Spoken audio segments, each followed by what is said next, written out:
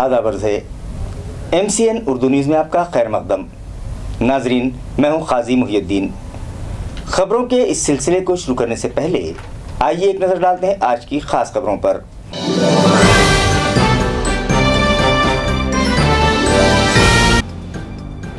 Congress party से बगावत करने के बाद MLA अब्दुल सत्तार पहुंचे रियासती वजीर आला की चौखट पर। सियासी हलकों में हलचल, क़यास आराइयों और मुबाहिसों का आगाज।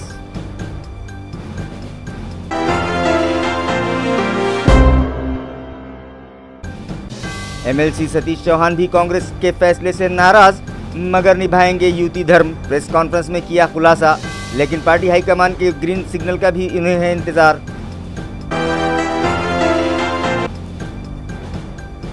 जालना हल्का इंतखाब से बीजेपी के मगरूर रियासती सदर राव साहब दानवे को जमीन चटाने के लिए बच्चू कडू लड़ेंगे इलेक्शन। पैठन में मुनक्किदा प्रोग्राम में बच्चू कडू ने किया ऐलान।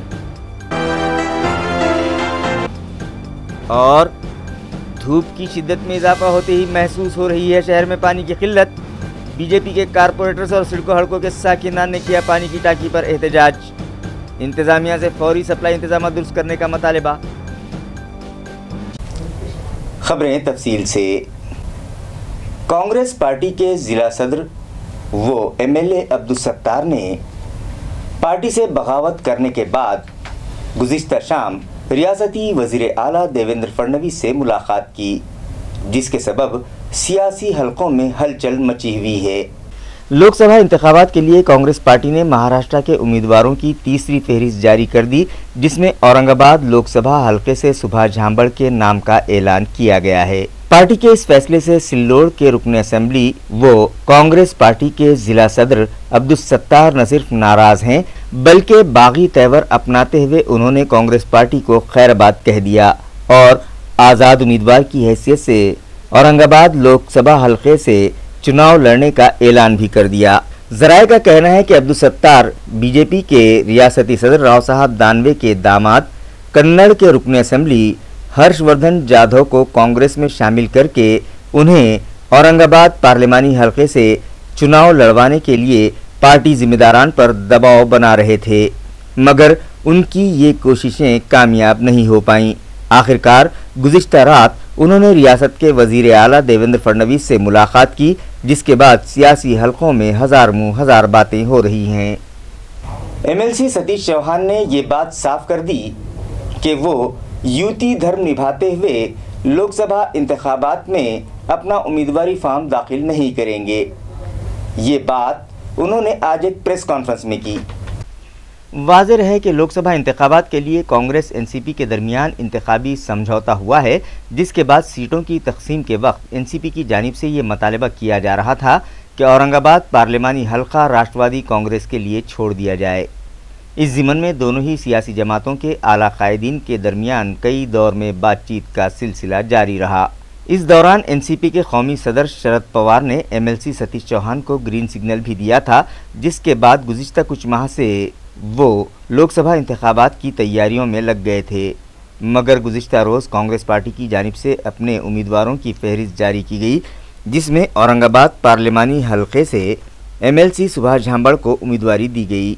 कांग्रेस पार्टी के इस फैसले से जहां खुद कांग्रेस पार्टी के कायदीन में नाराज़गी पाई जा रही है, वहीं NCP वर्कर्स में भी शदीद बेचैनी है और वर्कर्स की जानिब से MLC सतीश चौहान पर दबाव डाला जा रहा है कि वो इंतखाबी मैदान में हिस्सा लें और शहर में इस सिलसिले में मुख्तलिफ क़यास आराइयाँ भी जारी हैं। मगर आज प्रेस कॉन्फ्रेंस बुलाकर सतीश चौहान ने अपनी पोजीशन साफ कर दी। उन्होंने कहा कि वो युति धर्म का एहतराम करते हुए इलेक्शन में हिस्सा नहीं लेंगे, मगर साथ ही उन्होंने ये भी इशारा दिया कि अगर पार्टी हाईकमान उन्हें हुक्म देती है तो वो यकीनन उम्मीदवारी फॉर्म दाखिल करेंगे। इसी तरह उन्होंने सिटिंग MP चंद्रकांत खैरे की कारकर्दगी पर भी सख्त तनकीद की। सतीश सुभाष झांबड़ साहब को कांग्रेस ने टिकट दिया है, हमारे और कांग्रेस का गठबंधन है, हम उनके साथ में काम करेंगे। अदला बदली की चर्चा चालू है ऐसा मैंने सुना है, अदला बदली होंगी कि नहीं मुझे मालूम नहीं, लेकिन आज तो ये सच है। आज का स्टेटस ये है कि झांबड़ साहब को टिकट मिला है। जब तक राष्ट्रवादी का AB फॉर्म मेरे हाथ में नहीं आता, जब तक फॉर्म नहीं होगा आपको AB फॉर्म आ सकता है इस आशंका मालूम नहीं मुझे। ये आपने कुछ पूछा था, उसके ऊपर मैंने जवाब दिया। किसानों की तौहीन करने वाले बीजेपी के रियासती सदर राव साहब दानवे को ज़मीन पर लाने का वक्त आ चुका है, लिहाजा उन्हें हराना ही असल मकसद है। इन ख्यालात का इजहार एमएलए बच्चू कड़ू ने किया।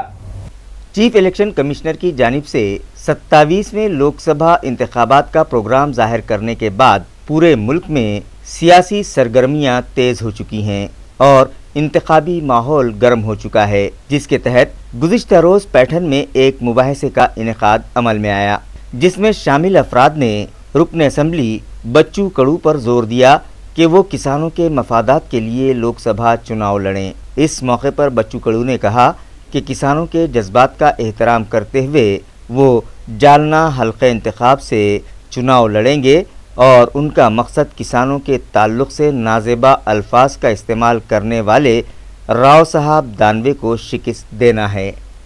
म्हटलं ना, पुऱ्या महाराष्ट्रात आवाज होऊ द्यायचा शेतकऱ्याचा हा आवाज। मित्रो, ही निवडणूक जर दानवेला पाडली, आम्ही ठणकावून महाराष्ट्राला सांगू का शेतकऱ्याला शिवाय द्या तर पाडल्याशिवाय राहणार नाही, ते सत्य करून दाखवू। एका शब्दासाठी एक गाव जर आम्ही हा विजय मिळवला भाऊ, तर अवघ्या महाराष्ट्रात हिंदुस्थानात हे होईल का शेतकऱ्यांसोबत वयात जमीन दोस्त होऊ शकते। आणि म्हणून आम्ही पाहतोय का फक्त एका या कारणासाठी आपण हे लढतोय, ही सगळ्या उद्घाटन करतोय। नाहीतर मला सांगा, मी इतक्या दूरून येतोय, मला मतदार लागला तर प्रचार करत बसले 10 दिवस इथं राहणार, उभं राहिलो नाही तरी उभं राहिलो तरी पैदल हिंडण सुद्धा आम्ही सांगतोय दानवेला पाडण्याची, जे काही या सुपारी जे घेतली होती ते घेतल्याशिवाय राहणार नाही। धूप की शिद्दत में इजाफा होते ही शहर में पानी की किल्लत महसूस की जाने लगी है, जिससे न सिर्फ शहरियान में बेचैनी पाई जा रही है बल्कि अवामी नुमाइंदे भी सख्त नाराज़ दिखाई दे रहे हैं। आज सिडको N5 की पानी की टाकी पर बीजेपी के कारपोरेटर्स ने अपने वार्ड्स के साकिनान के साथ ठिया आंदोलन किया और म्यूनसिपल इंतज़ामिया से मुतालबा किया कि शहर में पानी सप्लाई के इंतजामात फौरी दुरुस्त किए जाएं। आज बीजेपी के कारपोरेटर शिवाजी दांडगे, सत्यभामा शिंदे, दामू अन्ना शिंदे और सिडको N2, ठाकरे नगर, महाजन कॉलोनी, माया नगर व अतराफ की बस्तियों के साकिनान ने पानी सप्लाई के इंतजामात दुरुस्त करने के मुतालबे पर सिडको N5 में मौजूद पानी की टाकी पर ठिया आंदोलन किया।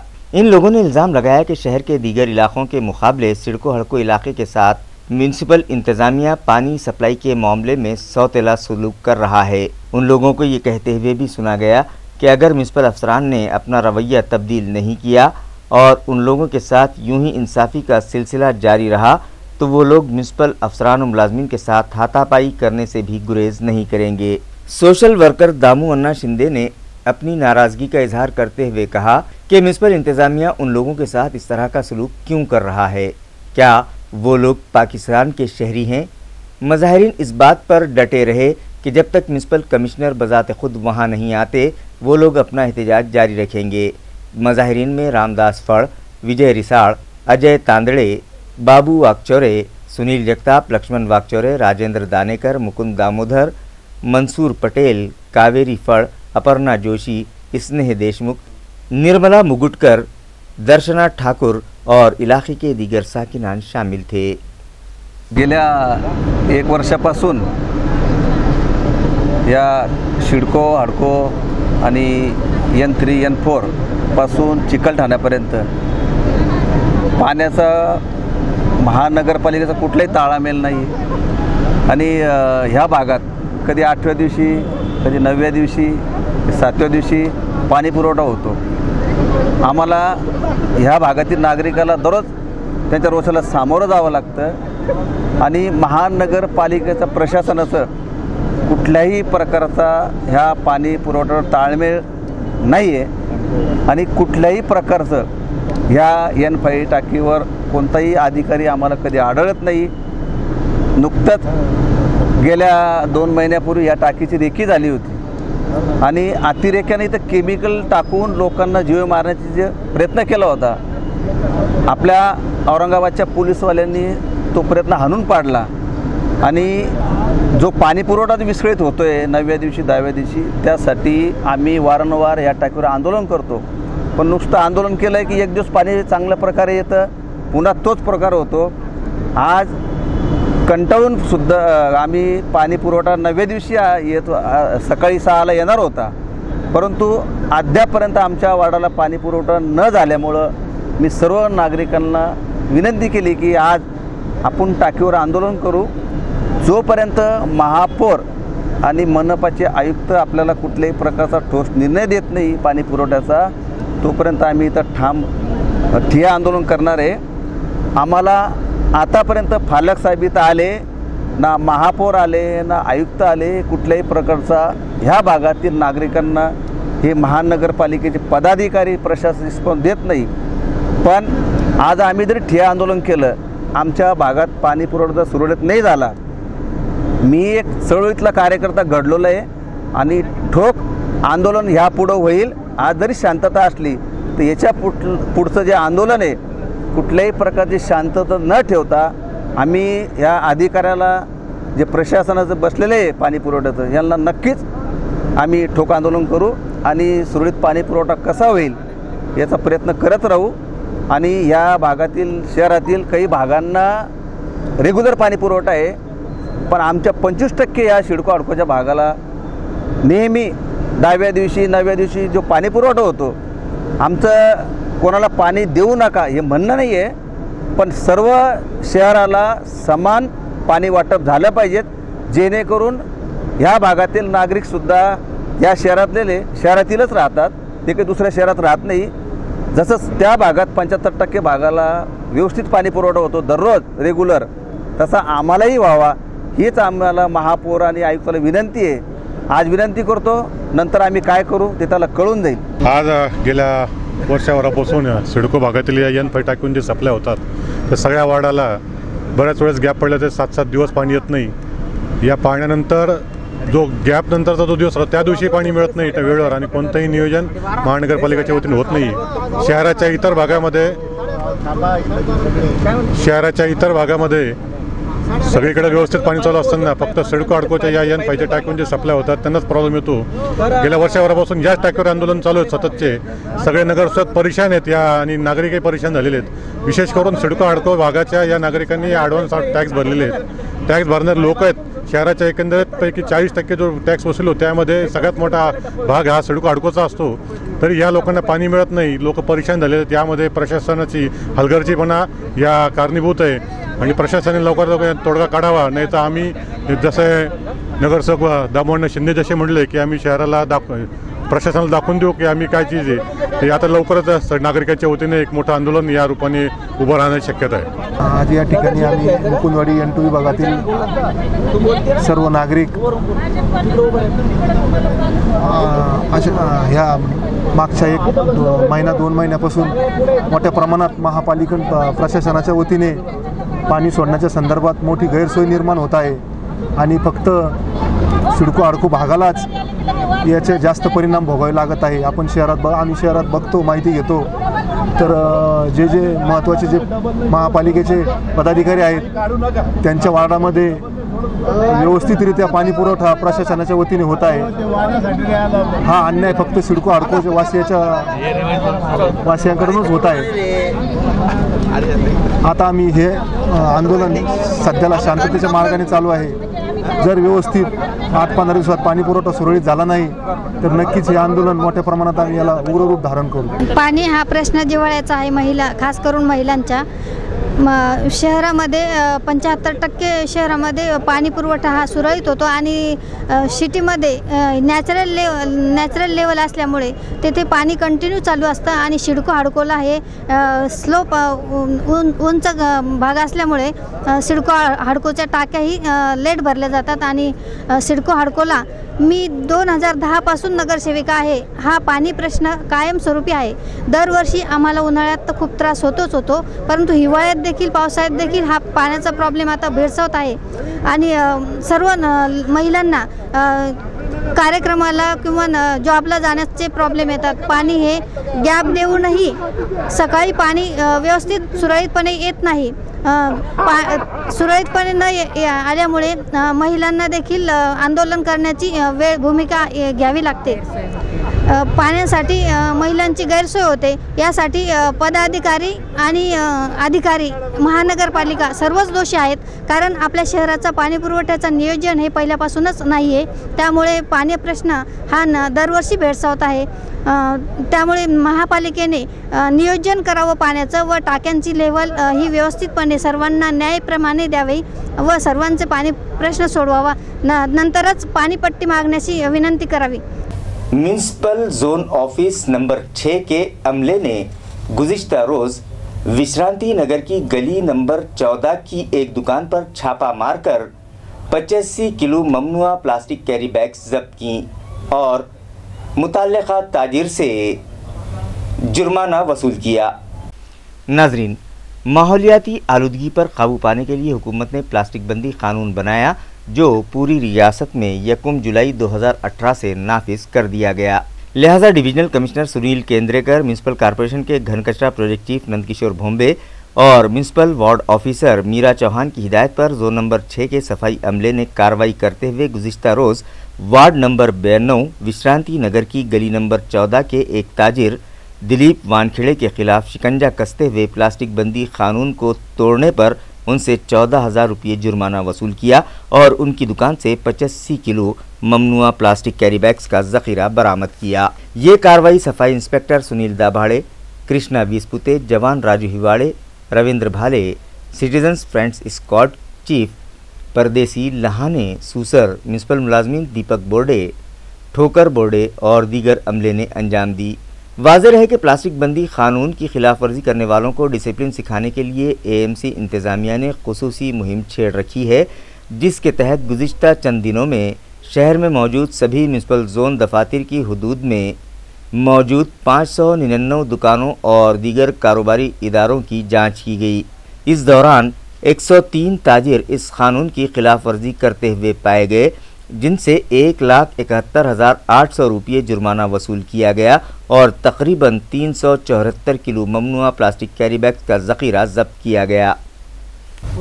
औरंगाबाद ज़िले में क़हत के सबब एग्रीकल्चर डिपार्टमेंट के मुलाजमीन को इलेक्शन के कामकाज नहीं दिए गए हैं। ये इत्तला मुतल्लिका महकमे से मौसूल हुई है। नाजरीन, इन दिनों ज़िले की आवाम को भयानक क़हत का सामना है। ज़िला इंतज़ामिया से मौसूला तफसीलात के मुताबिक फ़िलवक्त 13 लाख लोगों को टैंकरों के ज़रिए पानी सप्लाई किया जा रहा है।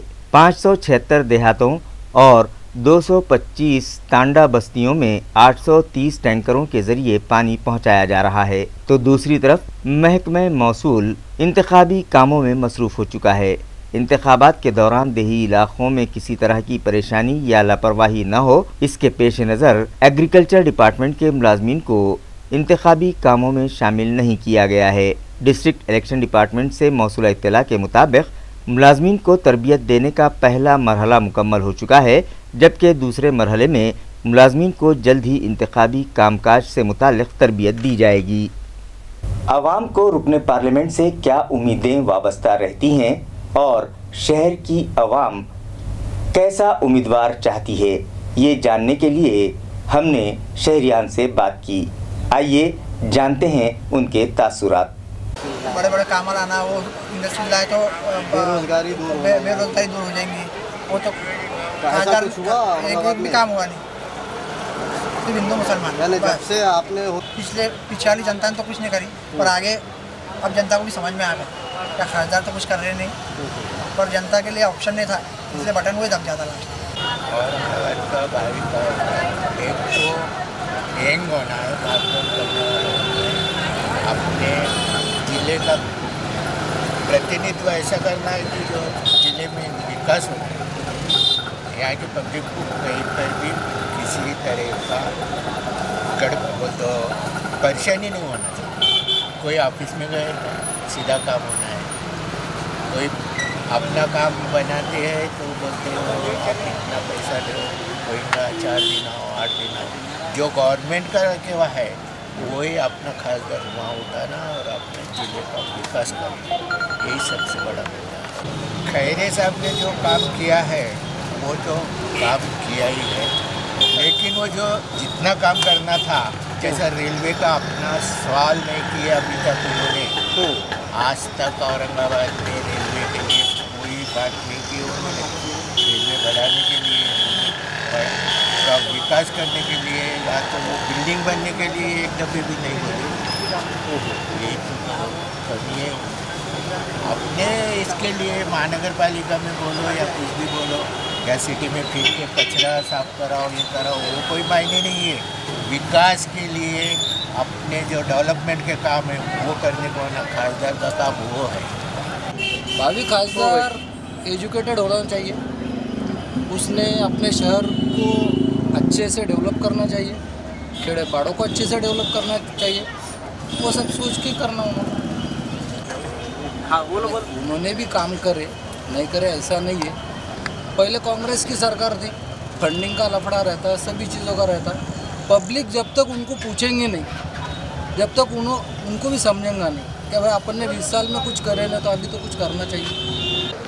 ऐसा है, अच्छा है, सब नीति सब लोगों को लेके चलना, सब धर्म को लेके चलना, अच्छा रहना, सबको बातें अच्छे करना, सब काम अच्छे करना, व्यापारियों को सब ये देना, ऐसा मोल देना कई के वास्ते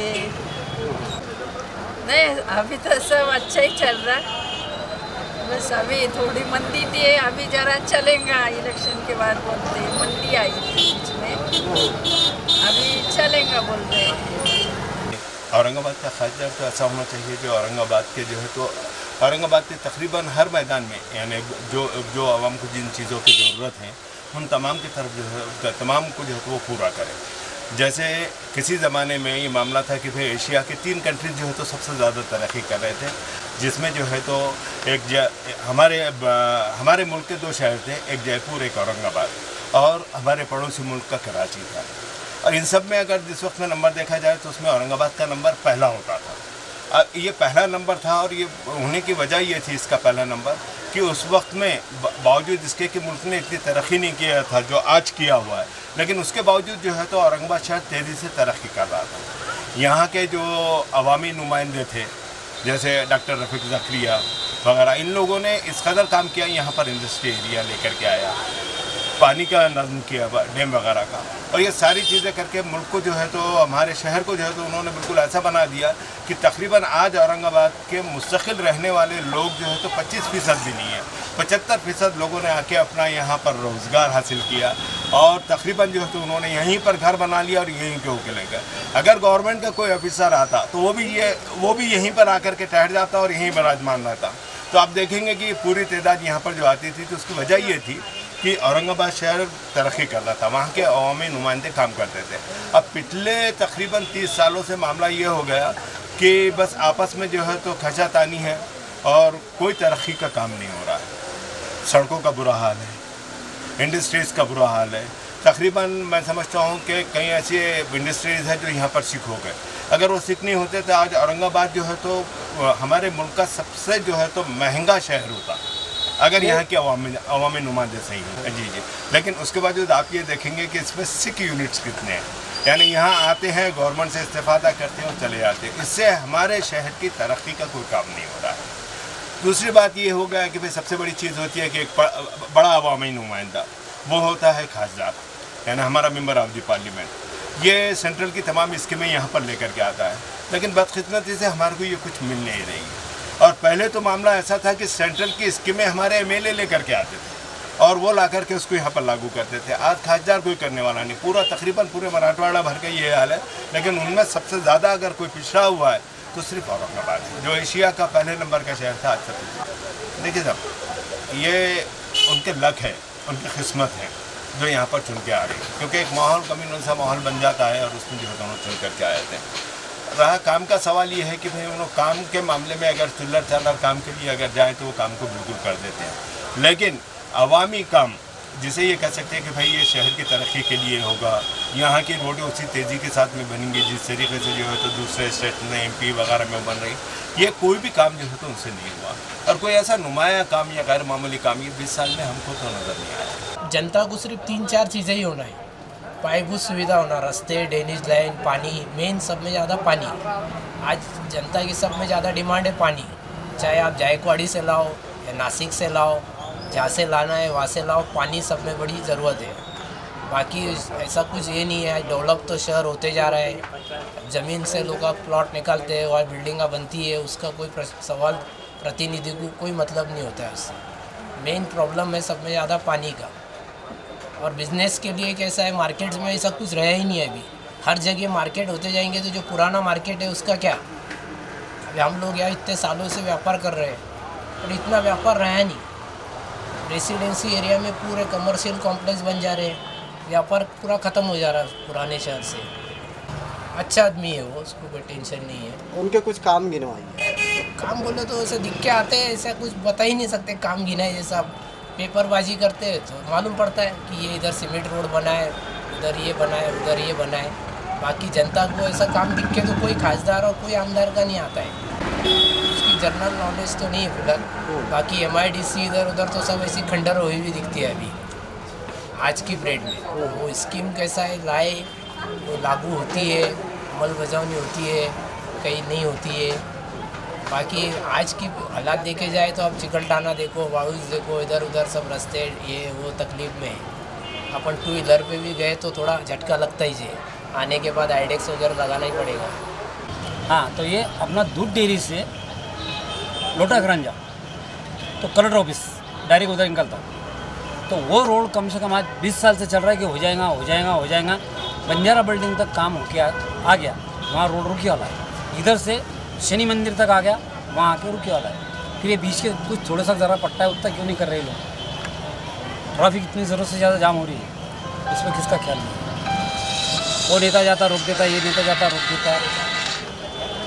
वो रोड का सबसे पहले काम होना ज़रूरी है कि अगर मैं करने गया तो मेरी सीट गिर जाएंगी, इधर के लोग वोटिंग नहीं करेंगे। वो बोलता है कि मेरा अगर मैं कर दिया तोड़ दिया कुछ तो मेरा ही हो जाएगा। लेकिन क्यों भाई, आपने मंजूरी ली है तो मंजूरी के हिसाब से घर तोड़ना जरूरी है। क्या औरंगाबाद का बोल रहे हैं आप, नहीं हो रहा। दूसरी बात, सुधारना का तो कुछ हुआ नहीं, सुधारना कुछ ही हुई नहीं, सिर्फ आश्वासन चल रहे औरंगाबाद शहर में। कोई विकास कोई करने को तैयार नहीं है। दूसरी बात, कोई सुविधा नहीं है औरंगाबाद के, ट्रैफिक की सुविधा नहीं है। सब नो एंट्री में जाते से आते, बाकी आने के बाद पुलिस वाला उसको पकड़ता है, फाइन करूँगा बोलता, छोड़ देता, पैसे लेते जेब में अपने अपने जगहों पर रखते हैं। बाकी विकास किसी का नहीं है, नो एंट्री समझती नहीं, कुछ होती नहीं। और औरंगाबाद शहर में जो हेलमेट डालने के बोलते हैं, वो हेलमेट कम से कम 30 किलोमीटर बाहर जाने के बाद में उन्होंने हेलमेट डालना चालू कर दिया। सिटी में बाल बच्चे लेके जो भाई लोग आते हैं, 4 लोग रहते हैं उनके साथ, तो बच्चे संभालेंगे कि हेलमेट संभालेंगे, और उसमें तुम्हारा पुलिस वाला परेशान करता है सामना लोग। देखा नहीं, किसको कुछ आता नहीं, इंग्लिश आती नहीं, बोलना आता नहीं, इसका क्या करके लेगा, सिर्फ आश्वासन देते, गले में हार पहनते और आगे बढ़ते रहते। करून टाको उद्याला होऊन जाईल, फक्त इतना बोलते, बाकी और कुछ बोलते नहीं। कामा कहाँ से होते।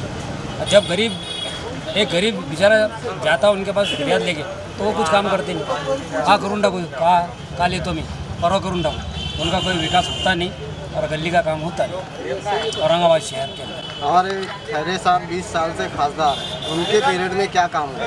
कौन से काम है साहब, कुछ भी काम नहीं हुए, कुछ काम नहीं हुआ, सिर्फ जो आश्वासन पर जीते। शहर का नक्शा बदला? कुछ भी नहीं बदला, कुछ नहीं बदला। आज भी चलो आप हमारे साथ तुमको न्यूज़ के हिसाब से आपको बताते कौन सा गलियों का आज ये जो रोडों का जो चल रहा है मसला, वो अभी तक रोडों का काम नहीं हुआ। अभी पूरे ट्रैफिक जाम होती है, वो हटाने का नाम लेते नहीं। अतिक्रमण कर रहे क्या, आप बाहर के रोड़ा पकड़ रहे, बाहर के रोडों से कुछ नहीं कहा। सिटी में क्या है, सिटी का करो ना, ये गुलमंडी पार्किंग है, इधर बाजू से सब रोड़ा है, इसका क्या है मतलब? वो सिर्फ भक्त क्या बोलते हैं, सेना हमारा नाम रहना, बाकी कुछ नहीं करते। जाती वक्त में लोग तो सब परेशान हैं, बस बाकी कुछ नहीं कर सकते। आज की पीढ़ी करके बताओ तुम कि ये तुमने करे, कैसे बदलेंगे? विकास करना ये पब्लिक का काम है, ये पब्लिक का काम पब्लिक का है।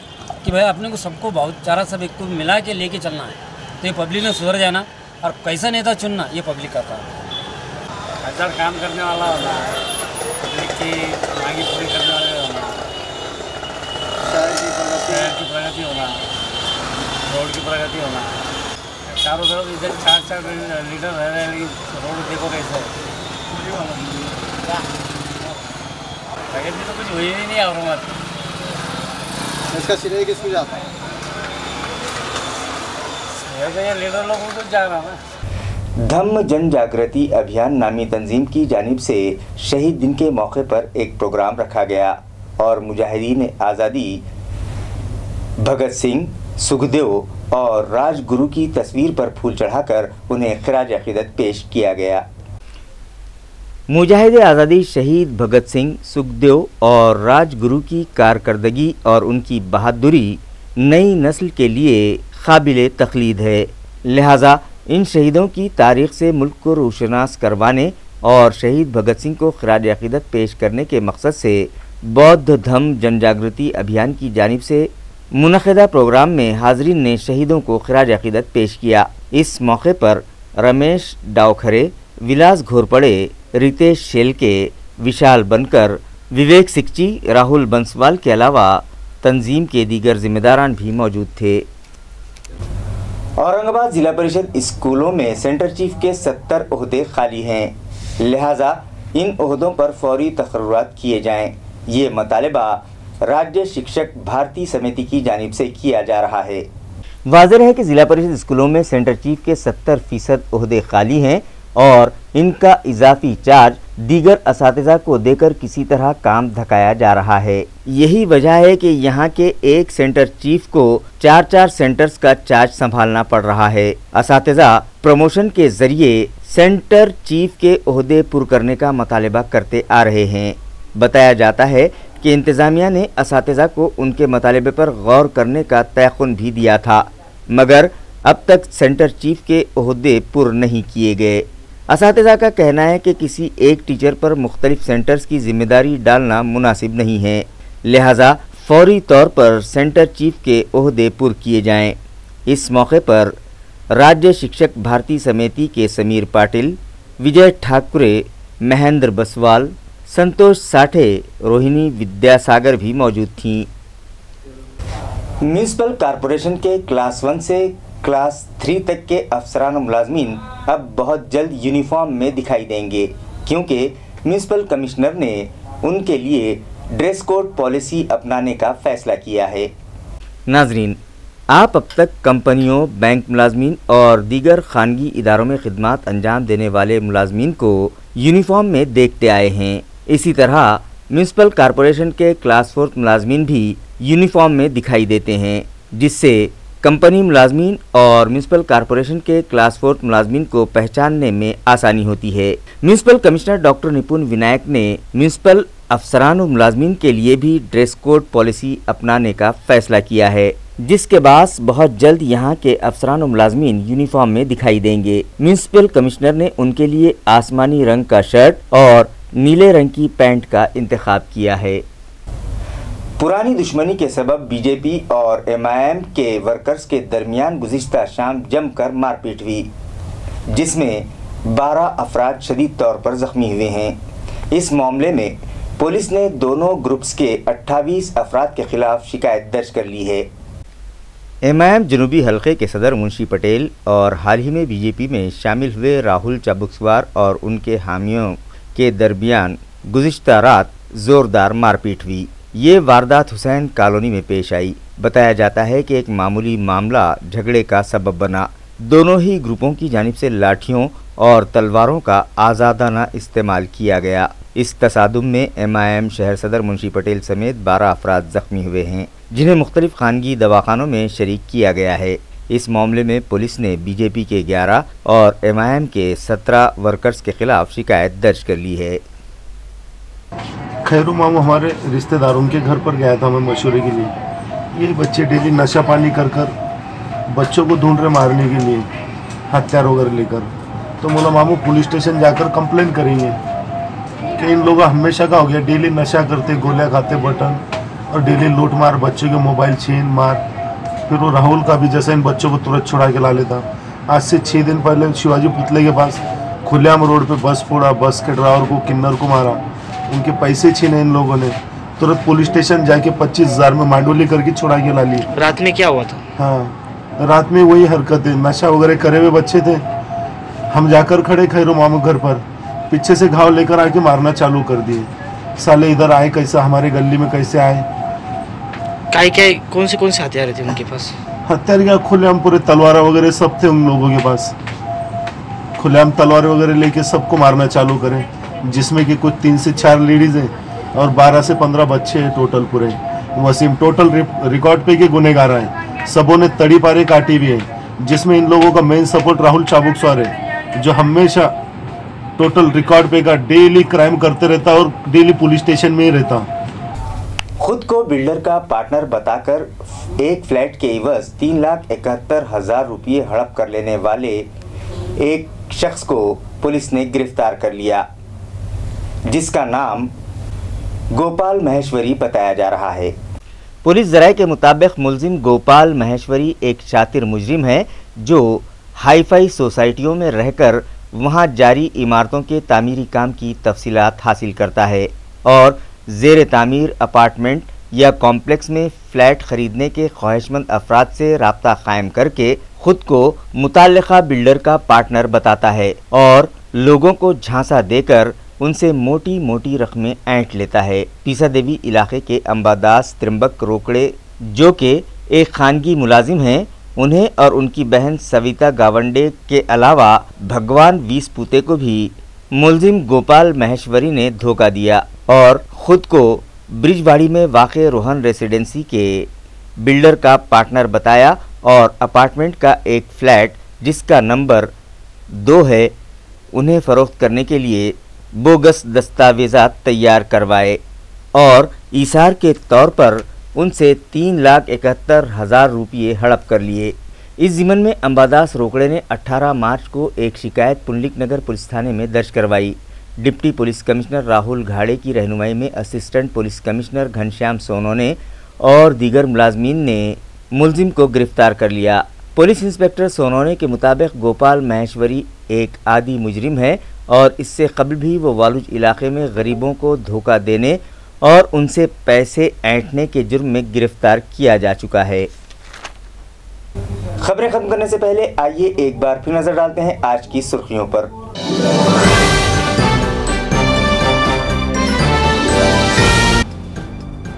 कांग्रेस पार्टी से बगावत करने के बाद एमएलए अब्दुल सत्तार पहुंचे रियासती वजीर आला की चौखट पर। सियासी हलकों में हलचल, क़यास आराइयों और मुबाहिसों का आगाज।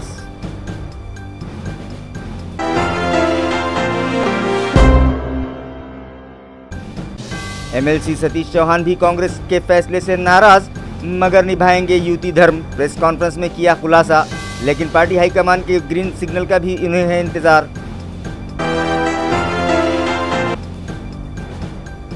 जालना हल्का इंतखाब से बीजेपी के मगरूर रियासती सदर राव साहब दानवे को जमीन चटाने के लिए बच्चू कड़ू लड़ेंगे इलेक्शन। पैठन में मुनक्किदा प्रोग्राम में बच्चू कड़ू ने किया ऐलान। और धूप की शिद्दत में इजाफा होते ही महसूस हो रही है शहर में पानी की किल्लत। बीजेपी के कारपोरेटर्स और सिडको हड़कों के साकिनान ने किया पानी की टांकी पर एहतजाज। इंतजामिया से फौरी सप्लाई इंतजाम दुरुस्त करने का मुतालबा। इसी के साथ MCN उर्दू न्यूज़ अब यहीं ख़त्म होती है। कल फिर मुलाकात होगी कुछ और ख़बरों के साथ। तब तक के लिए मैं काजी मोहिउद्दीन आपसे इजाज़त चाहता हूँ। खुदा हाफिज़।